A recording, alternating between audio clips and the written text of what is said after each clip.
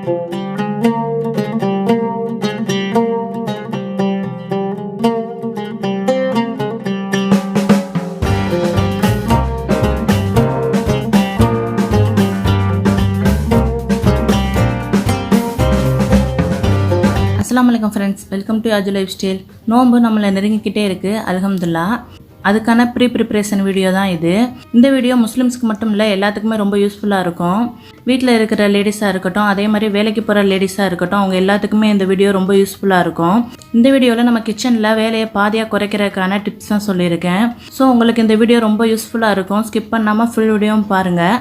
இப்போ வீடியோக்குள்ளே போகலாம் வாங்க. நோம்பு வந்துட்டாலே நம்ம ஃபஸ்ட்டு செய்கிறது ப்ரிப்பரேஷன் தான். அதுக்கு ஃபஸ்ட்டு பயறு வகைகள் எல்லாத்தையுமே நம்ம ஸ்டோர் பண்ணி வச்சுக்கிடுவோம். அதுக்கு ஃபஸ்ட்டு பச்சை பட்டாணி தான் எடுத்திருக்கேன். நான் வந்து ஃப்ரெஷ் பட்டாணி தான் எடுத்திருக்கேன். உங்களுக்கு இந்த ஃப்ரெஷ் பட்டாணி கிடைக்கலனா அதுக்கு பதிலாக கடைகளில் கிடைக்கிற பட்டாணியை வாங்கி நீங்கள் ஊற வச்சுமே ஸ்டோர் பண்ணிக்கிறலாம். அது எப்படி செய்கிறதுன்னு நான் போன ப்ரிப்பரேஷன் வீடியோவில் சொல்லியிருக்கேன். அந்த வீடியோட லிங்க்குமே நான் கொடுக்குறேன், செக் பண்ணி பாருங்கள்.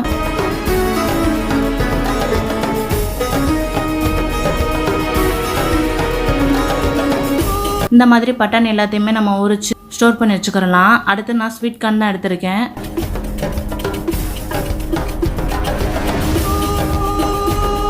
அதையுமே நம்ம இந்த மாதிரி கட் பண்ணி எடுத்துக்கிடுவோம். அதில் நமக்கு தேவையானதை இந்த மாதிரி உதுத்துமே வச்சுக்கிறலாம். நம்ம எல்லாத்தையுமே இந்த மாதிரி உதுத்து வச்சுக்கிறலாம். நான் வந்து இன்றைக்கி கொஞ்சம் தான் எடுத்து வச்சுருக்கேன். இந்த மாதிரி மற்றதை வந்து குழந்தைகளுக்கு ஸ்நாக்ஸ் மாதிரி கொடுக்கலாம்னு இந்த மாதிரி பெருசாகவே கட் பண்ணி வச்சுக்கிட்டேன். நமக்கு எப்படி தேவையோ அந்த மாதிரி நீங்கள் ப்ரிப்பேர் பண்ணி வச்சுக்கோங்க. அப்போ தான் நம்மளுக்கு ரொம்ப யூஸ்ஃபுல்லாக இருக்கும். அடுத்து நம்மளுக்கு மெயினாக தேவைப்படுறது இஞ்சி பூண்டு பேஸ்ட்டு தான். அதையுமே அரைக்கிறதுக்கு இந்த சைடு இஞ்சியும் பூண்டையும் கட் பண்ணி வச்சாச்சு. இதே மாதிரி உங்களுக்கு என்னென்ன பயிர் வகைகள் தேவை அதை எல்லாத்தையுமே நீங்கள் அப்படி ஸ்டோர் பண்ணி வச்சுக்கோங்க. நம்மளுக்கு நோம்பு டயத்தில் ரொம்பவே யூஸ்ஃபுல்லாக இருக்கும். நம்ம சமோசா, கட்லெட், அதே மாதிரி குருமா செய்யும்போது கூட இது ரொம்ப யூஸ்ஃபுல்லாக இருக்கும். நான் இன்றைக்கி அதே மாதிரி தான் எல்லாத்தையுமே ஸ்டோர் பண்ணி வச்சுக்கிறேன். நான் எப்போவுமே இந்த பச்சை பட்டாணியும் இந்த மாதிரி கொண்டக்கல்லையுமே ஸ்டோர் பண்ணிக்கிடுவேன். அதோட இன்றைக்கி ஸ்வீட் கார்னுமே ஸ்டோர் பண்ணியிருக்கேன். உங்களுக்கு என்னென்ன தேவையோ நீங்கள் எல்லாத்தையுமே ஸ்டோர் பண்ணிக்கோங்க. அடுத்து இது வந்து ரம்ப இலை தான். இதையுமே நான் கட் பண்ணி ஸ்டோர் பண்ணி வச்சுக்கிடுவேன். மெயினாக இது வந்து எனக்கு ரொம்ப தேவைப்படும். மட்டன், அதே மாதிரி சிக்கன் எல்லாத்துக்குமே நான் யூஸ் பண்ணுவேன். அதனால் இதை ஸ்டோர் பண்ணிக்கிறேன். இதே மாதிரி நம்ம மல்லி, கருவேப்பிலை, புதினா, பச்சை மிளகாத்தையும் ஸ்டோர் பண்ணி வச்சுக்கிட்டோம்னா நம்மளுக்கு ரொம்ப யூஸ்ஃபுல்லாக இருக்கும். நம்ம சேனலில் இதுக்கு முன்னாடி ஒரு ரமதான் ப்ரிப்பரேஷன் வீடியோ போட்டிருக்கேன். அதையுமே நீங்கள் இன்னும் பார்க்கலன்னா போய் செக் பண்ணி பாருங்கள். இந்த வீடியோவில் சொல்லாத நிறைய டிப்ஸ் வந்து அந்த வீடியோவில் இருக்குது. ஸோ அந்த வீடியோட லிங்க்குமே நான் டிஸ்கிரிப்ஷன்லேயும் ஐக்கான்லேயும் கொடுக்குறேன், போய் செக் பண்ணி பாருங்கள்.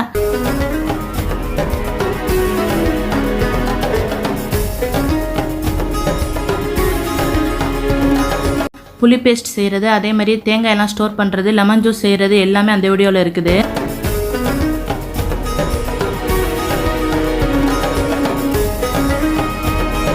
நெக்ஸ்ட்டு வந்து மிளகுத்தூள் தான் செஞ்சு வச்சுக்கிற போகிறோம். நான் எப்போவுமே மிளகுத்தூள் கடையில் வாங்க மாட்டேன். இந்த மாதிரி வீட்டில் தான் செஞ்சு வச்சுக்கிடுவேன். கடைகளில் வாங்குறத கட்டிலும் வீட்டில் இந்த மாதிரி செஞ்சு ட்ரை பண்ணி பாருங்கள். ரொம்பவே சூப்பராக இருக்கும். அதுக்கு தேவையான மிளகு இந்த மாதிரி ட்ரை ரோஸ்ட் பண்ணி எடுத்துக்கோங்க. இந்த மாதிரி ட்ரை ரோஸ்ட் பண்ணி நல்லா மிக்சியில் ஃபைன் பவுடர் அரைச்சி எடுத்துக்கோங்க. அவ்வளோதான், நம்மளுக்கு பெப்பர் தூள் ரெடி ஆயிரும். நெக்ஸ்ட்டு நம்ம என்ன செய்ய போகிறோம்னா மிளகு கறிக்குள்ள மசாலா தான் செய்ய போகிறோம்.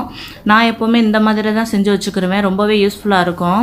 அதுக்குமே நம்ம ட்ரை ரோஸ்ட் தான் பண்ணணும். அதுக்கு ஒரு 2 டேபிள் ஸ்பூன் சீரகம், 2 டேபிள் ஸ்பூன் பெருஞ்சீரகம், 4 டேபிள் ஸ்பூன் மிளகு எடுத்துக்கோங்க. மிளகு காட்டிலும் சீரகமும் பெருஞ்சீரகமும் பாதியாக இருக்கணும். அவ்வளோதான். இது எல்லாத்தையும் நல்லா இந்த மாதிரி ட்ரை ரோஸ்ட் பண்ணிக்கோங்க. அடுத்து ஒரு 5 காஞ்ச மிளகாய் எடுத்திருக்கேன். அதையுமே இந்த மாதிரி தீயில சுட்டு சேர்த்துக்கோங்க. அப்போ தான் நம்மளுக்கு ஃப்ளேவர் சூப்பராக இருக்கும்.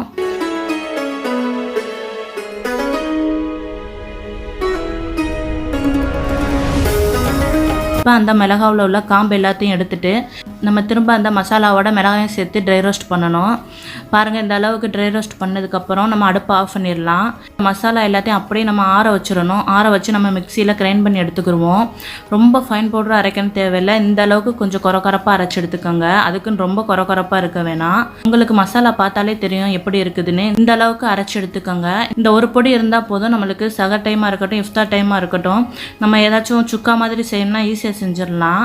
இப்போ செஞ்சு கட்டுறேன் பாருங்கள். நம்ம வெங்காயம், தக்காளி, இஞ்சி பூண்டு பேஸ்ட் போட்டு நல்லா மிக்ஸ் பண்ணிக்கிடுவோம். அதில் நம்ம வேக வச்ச மட்டனையுமே சேர்த்துக்கிடுவோம். அதில் வந்து நம்ம செஞ்சு வச்சுருக்கிற மிளகுக்கறி மசாலாவை ஒரு 2 டேபிள் ஸ்பூன் மட்டும் சேர்த்தா போதும். இந்த மசாலா சேர்த்தோன்னே எவ்வளோ கலர்ஃபுல்லாக இருக்குதுன்னு. நல்லா அந்த மட்டனில் உள்ள தண்ணியெல்லாம் நல்லா ட்ரை ஆகட்டும். மட்டன் சுக்கா சூப்பராக ரெடி ஆயிடுச்சு பாருங்கள். ரொம்பவே ஈஸியாகவும் செஞ்சிடலாம். அதே டைமில் ரொம்பவே டேஸ்ட்டாக இருக்கும். உங்களுக்கு பிள்ளைங்களுக்கு கொடுத்து விடவுமே இது ரொம்ப யூஸ்ஃபுல்லாக இருக்கும். நீங்களும் இந்த மசாலா செஞ்சு வச்சுக்கோங்க.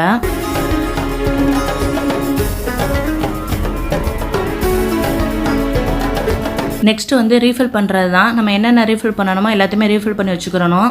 அதுக்குள்ளே கண்டெய்னர் எல்லாத்தையுமே நல்லா வாஷ் பண்ணி இந்த மாதிரி வெயிலில் காய வச்சு ரீஃபில் பண்ணிக்கோங்க. எப்பவும் போல் தான் நான் உப்பு மிளகாய் எல்லாத்தையுமே ரீஃபில் பண்ணி எடுத்து வச்சுக்கிட்டேன்.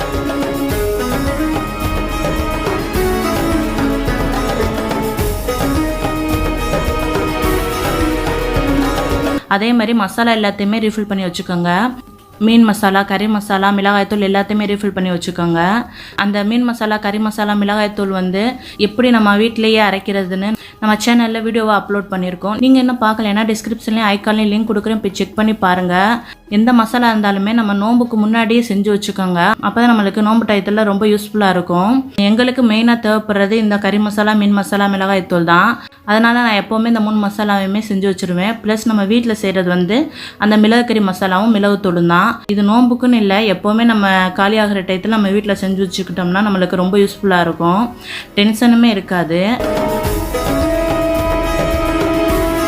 அடுத்து நான் நோம்பு வந்துட்டாலே செய்கிறது வந்து இந்த உப்பு கண்டம் தான். இந்த உப்பு கண்டம் வந்து இருந்தாலே போதும்.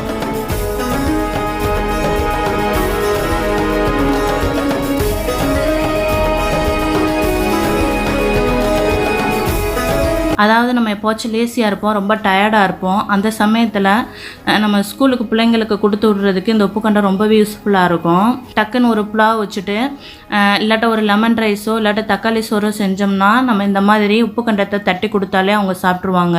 அது மட்டும் இல்லாமல் சகருக்கு என்னடா செய்கிறது அப்படிங்கிற நேரத்தில் நம்மளுக்கு ஒன்றுமே இல்லைனாலும் ஒரு ரசம் வச்சுட்டு இந்த உப்பு கண்டத்தை தட்டி சாப்பிட்டாலே நம்மளுக்கு சூப்பராக இருக்கும். நான்வெஜ் இல்லாத ஃபீல் இருக்காது. அதுக்காக நான் இந்த உப்பு கண்டத்தை எப்போவுமே செஞ்சு வச்சுருவேன். இந்த மாதிரி உப்பு கண்டத்தை தட்டியுமே நம்ம ஸ்டோர் பண்ணி வைக்கலாம், இல்லாட்டா நார்மலாகவும் ஸ்டோர் பண்ணி வைக்கலாம். அது உங்கள் இஷ்டம்தான். நெக்ஸ்ட்டு வந்து நான் செய்கிறது என்னென்னா மாசி தான். இந்த மாசி இல்லாத வீடே இல்லைன்னு சொல்லலாம். மேக்ஸிமம் எல்லாருமே இந்த மாசி யூஸ் பண்ணுவீங்க. நானும் அப்படி தான். நோம்புக்குன்னு இல்லை, எப்போவுமே எங்கள் வீட்டில் இந்த மாசி இருந்துக்கிட்டே இருக்கணும். அந்த மாசியுமே எப்படி செய்யறதுன்னு காட்டுறேன். இந்த பாக்கெட்டில் உள்ளதான் மாசி.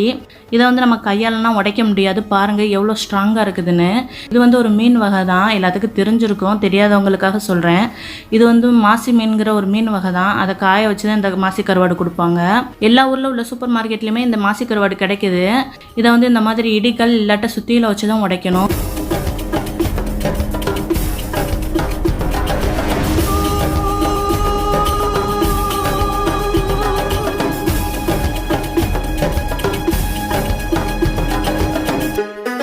இந்த அளவுக்கு உடைச்சா போதும், ரொம்ப உடைக்கணும்னு அவசியம் இல்லை. இதை வந்து நம்ம மிக்சியில் சேர்த்து நல்லா கிரைண்ட் பண்ணி எடுத்துக்கிடுவோம். இது வந்து கடைகள்லையுமே இந்த மாதிரி மாசி தூளாகவே கிடைக்குது. அது மாதிரி வாங்காதீங்க. அதில் வந்து நிறைய கலப்படம் இருக்குது. இந்த மாதிரி முழு மாசியை வாங்கி நீங்கள் உடைச்சி யூஸ் பண்ணிக்கோங்க. ரொம்ப நம்மளுக்கு யூஸ்ஃபுல்லாக இருக்கும். இந்த மாசியோட நான் கொஞ்சம் கல்லுப்பு அதே மாதிரி காஞ்ச மிளகாயுமே சேர்த்து மிக்சியில் அரைச்சி எடுத்துக்கிடுவேன். இப்படி தான் நான் எப்போவுமே செய்வேன். இந்த மாதிரி உப்பு மிளகாய் சேர்க்குறனால நம்மளுக்கு சீக்கிரமாகவே கெட்டு போகாது. அதே மாதிரி வண்டு எறும்பு எதுவும் வராது. நம்ம நோம்பு டயத்தில் கிச்சன்லேயே அதிகமாக நிற்காமல் தொழுகிறது, குருவான் ஓதுறது, அதே மாதிரி திக்ரு செய்கிறது, இந்த மாதிரி அமல்களில் நிறைய நம்ம ஈடுபடணும். அதுக்காக தான் நம்ம இந்த மாதிரி ப்ரிப்பரேஷன் செஞ்சு வச்சுக்கிறோம். அதுக்காக நீங்கள் ஒரு மாதத்துக்குள்ளதெல்லாம் செஞ்சு வச்சுக்கிறாதீங்க. அது ரொம்பவே நல்லது கிடையாது தான். நம்ம வந்து ரொம்ப ஃப்ரீஸ் பண்ணுற ஐட்டம்லாம் செய்யலை. உங்களுக்கு பார்த்தாலே தெரியும். மசாலாஸ் அதே மாதிரி பயறு வகைகள் இதுதான் செஞ்சு வச்சுக்கிடுவோம். இந்த இஞ்சி பூண்டு பேஸ்ட், புளி பேஸ்ட், அதே மாதிரி லெமன் ஜூஸ் இதெல்லாம் நீங்கள் ஒரு 10 டேஸ்க்கு மட்டும் செஞ்சு வச்சுக்கோங்க. ரொம்ப பல்காக செஞ்சு வச்சுக்கிறாதீங்க. அதோட டேஸ்ட் எல்லாம் குறைஞ்சிரும். அதுக்காகத்தான் நான் எப்போவுமே இப்படி தான் ஒரு 10 டேஸ்க்கு தான் செஞ்சு வச்சுக்கிடுவேன். மசாலாஸ்லாம் ஒரு மந்த் 2 மந்த் கூட வச்சுக்கலாம். அது ஒன்றும் கெடுது இல்லை. இந்த மாதிரி நீங்களுமே ட்ரை பண்ணி பாருங்கள். இதை வந்து நம்ம ஒரு கண்ணாடி பாட்டிலில் ஸ்டோர் பண்ணி வச்சுக்கிறலாம். இது ஒன்று இருந்தால் போதும், நம்மளுக்கு ரொம்பவே சகருக்கு யூஸ்ஃபுல்லாக இருக்கும். இதை வச்சு நம்ம மாசி சம்பல் செஞ்சுக்கலாம். இந்த மாதிரி வெங்காயம் போட்டு செய்யலாம், இல்லாட்டா நம்ம தேங்காய் பூ போட்டுமே செய்யலாம். அதுவுமே சூப்பராக இருக்கும். ரசம் சாதம், சாம்பார் சாதம் வச்சு நம்மளுக்கு இந்த மாசி சம்பல் வச்சாலே போதும். அன்னைக்குள்ள சாப்பாடு சூப்பராக இருக்கும். இன்னைக்கு வந்து கோவக்காய் பொரியல் செஞ்சுருக்கேன். அதுலேயுமே 1 டேபிள் ஸ்பூன் சேர்த்துருக்கேன். பாருங்கள், ரொம்பவே டேஸ்ட்டாக இருந்துச்சு. அதே மாதிரி நம்ம முட்டை தொக்கு இந்த மாதிரி செய்யும்போது அதுலேயுமே சேர்த்துக்கலாம், நல்லாயிருக்கும். இந்த மாசத்தோலை வந்து எல்லா பொரியலுக்குமே சேர்க்கலாம். அவ்வளோதாங்க. இதுதான் என்னோட ரமதான் ப்ரிப்பரேஷன் வீடியோ. இந்த நோன்பு டயத்தில் நீங்கள் செய்கிற ஒவ்வொரு அமல்கள்லையும் எல்லாருக்காகவுமே துவா செய்யுங்க. இன்ஷா அல்லாஹ் நாங்களுமே உங்களுக்காக துவா செய்கிறோம். அல்ஹம்துலில்லாஹ் இந்த வீடியோவில் சொல்லியிருக்கிற டிப்ஸில் ஏதாச்சும் ஒன்றாச்சும் உங்களுக்கு யூஸ்ஃபுல்லாக இருக்கும்னு நம்புகிறேன். அனைவருக்கும் ரமதான் முபாரக். இந்த வீடியோ உங்களுக்கு பிடிச்சிருந்தா லைக் பண்ணுங்கள், சப்ஸ்கிரைப் பண்ணுங்கள், ஃப்ரெண்ட்ஸ் அண்ட் ஃபேமிலியோட ஷேர் பண்ணுங்கள். தேங்க்ஸ் ஃபார் வாட்சிங்.